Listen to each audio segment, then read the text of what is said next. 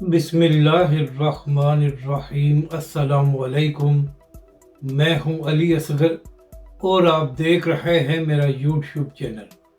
इमरान खान की हुकूमत में तहरीक लब्बैक के साथ क्या हुआ और यह मकबूल जान का तहलका खेज़ इंटरव्यू, इस वीडियो में हम इसी के मुतालिक बात करेंगे। मगर इससे पहले नाज़रीन करम, अगर आपने अभी तक हमारे इस चैनल को सब्सक्राइब नहीं किया तो सब्सक्राइब कर लें ताकि आप हमारी मज़ीद वीडियोस को भी देख सकें। और अगर नाज़रीन करम आपको ये वीडियो अच्छी लगे तो इसे लाइक और शेयर ज़रूर करें और कमेंट्स के ज़रिए अपनी राय का भी इजहार करें।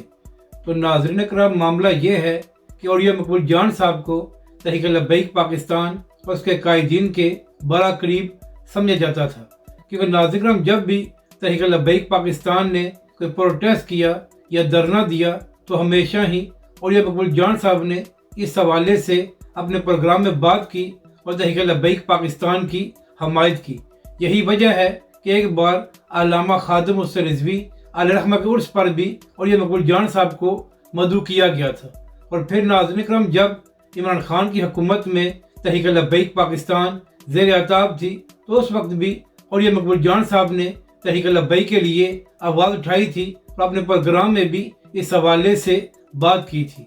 यहाँ तक कि नाज़रीन करम, औलिया मकबूल जान साहब अपने प्रोग्राम में इमरान खान साहब और PTI पर भी तनकीद करते रहे थे कि आप लोगों ने यह सलूक तहरीक लब्बैक के साथ क्यों किया है। तो नाज़रीन करम, चंद दिन पहले औलिया मकबूल जान साहब ने एक इंटरव्यू दिया है और वहाँ पर उनसे तहरीक लब्बैक के हवाले से भी सवालात किए गए हैं। तो वहाँ पर औलिया मकबूल जान साहब ने तहरीक लब्बैक पाकिस्तान को न सिर्फ डिफेंड किया है बल्कि औलिया मकबूल जान साहब ने यह भी बताया है कि इमरान खान की हुकूमत में तहरीक लब्बैक के साथ क्या हुआ था और किस तरह जब हुकूमत और तहरीक लब्बैक के दरमियान मुआहिदा होने वाला था तो इमरान खान के करीबी लोगों ने इस सारे मामले को ख़राब किया था।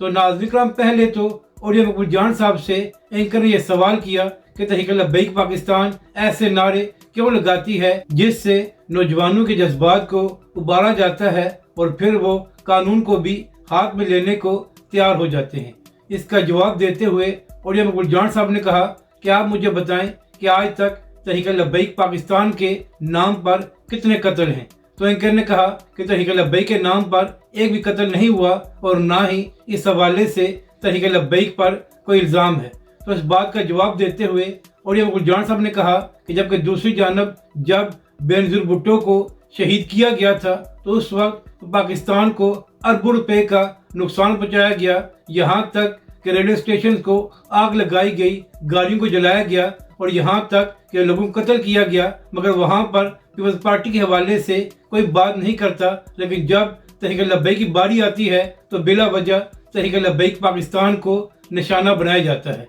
और यह साहब ने कहा कि वजह यह है कि चूँकि जो मिशन तहरीक लब्बैक पाकिस्तान का है वो बहुत से लोगों को हजम नहीं होता, तो लिहाजा तहरीक लब्बैक पाकिस्तान को इस तरह तनकीद का निशाना बनाया जाता है। नाज़रीन करम, और यह साहब ने कहा कि जो कुछ बलूचिस्तान में अलग पसंद कर रहे हैं तो क्या कभी उनके हवाले से किसी ने बात की है। जिन लिबरल्स को तहरीक लब्बैक पाकिस्तान से बड़ा मसला होता है, वो जो लोग बलूचिस्तान में दहशतगर्दी कर रहे हैं और उन्होंने कई पाकिस्तानियों को शहीद किया है, तो उनके हवाले से क्यों बात नहीं की जाती। इसके बाद औलिया मकबूल जान साहब ने यह भी बताया कि इमरान खान की हुकूमत में तहरीक लब्बैक के साथ क्या हुआ था। तो नाज़रीन करम, इसी इंटरव्यू में औलिया मकबूल जान साहब ने मजीद बताते हुए कहा कि जब तहरीक लब्बैक पाकिस्तान प्रोटेस्ट कर रही थी तो मुझे इमरान खान साहब ने बुलाया और मैंने हाफिज साद रिजवी से जेल में 2 मुलाकातें की। नाज़रीन करम, औलिया साहब ने कहा कि तहरीक लब्बैक के अमीर हाफिज साद रिजवी और तहरीक लब्बैक के कायदीन ने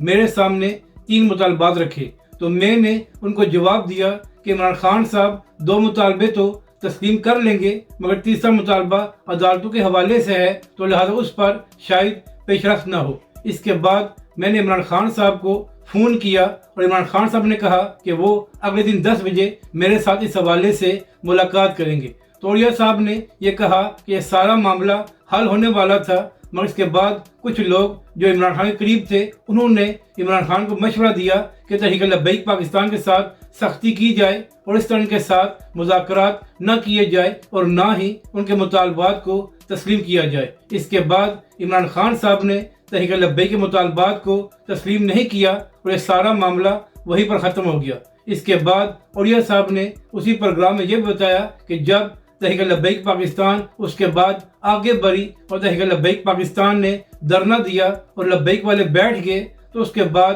حکومت کی ٹانگیں کام گئی۔ اور پھر ناظرین کرام اسی انٹرویو میں اولیاء صاحب نے یہ بھی بتایا کہ مجھے جنرل قمر جاوید باجوہ نے بھی اس حوالے سے فون کیا اور میرے ساتھ قمر جاوید باجوہ نے تقریباً 40 منٹ اس حوالے سے بات کی۔ اور پھر اولیاء صاحب نے یہ بھی کہا کہ جنرل باجوہ نے اس کے بعد مفتی منیر الرحمان صاحب اور دیگر لوگوں کو اس سارے معاملے میں داخل کیا، جس کے بعد یہ سارا معاملہ ختم ہوا۔ یعنی کہ ناظرین کرام اس انٹرویو میں اولیاء صاحب نے یہ بات بتائی کہ جب مجھے عمران خان صاحب نے کہا کہ آپ حافظ سعد رضوی اور تحریک لبیک کے قائدین سے جیل میں ملاقات کریں، تو اس کے بعد جو مطالبات تحریک لبیک پاکستان نے سامنے رکھے تھے تو ان میں سے 2 مطالبات کو عمران خان صاحب ماننے کو تیار ہو گئے تھے اور تحریک لبیک اور حکومت کے درمیان معاہدہ بھی ہونے والا تھا۔ مگر جو لوگ عمران خان کے آس پاس تھے انہوں نے عمران خان کو مشورہ دیا کہ اس طرح تحریک لبیک کے ساتھ معاہدہ نہ کیا جائے اور ہم لبیک والوں کو کنٹرول کر لیں گے۔ لیکن جب تحریک لبیک پاکستان اپنے موقف پر قائم رہی اور تحریک لبیک پاکستان نے سمجھوتا نہیں کیا تو اس کے بعد حکومت گھبرا گئی اور پھر جنرل باجوہ نے مفتی اعظم پاکستان مفتی منیب صاحب سے رابطہ کیا اور اس کے بعد یہ سارا معاملہ ختم ہوا۔ تو ناظرین کرام اولیاء صاحب نے نام تو نہیں بتایا کہ کن لوگوں نے یہ کہا تھا کہ تحریک لبیک کے ساتھ سختی کی جائے اور معاہدہ نہ کیا جائے، لیکن آپ کو بخوبی معلوم ہوگا کہ سوشل میڈیا پر کون سا عمران خان کا وزیر اکثر آج بھی تحریک لبیک پاکستان پر تنقید کرتا ہے اور تحریک لبیک پاکستان کو بلا وجہ تنقید کا نشانہ بناتا ہے۔ یہ وہی لوگ تھے جنہوں نے اس وقت حالات کو خراب کیا، ورنہ یہ سارا معاملہ اسی وقت ختم ہو جاتا۔ اور ناظرین کرام آپ ستم ظریفی دیکھیں کہ جب عمران خان پر مشکل وقت آیا تو وہی لوگ سب سے پہلے عمران خان اور پی ٹی آئی کے ساتھ چھوڑ کر بھاگ گئے۔ یعنی کہ ناظرین کرام یہ بات اولیاء مقبول جان صاحب نے بھی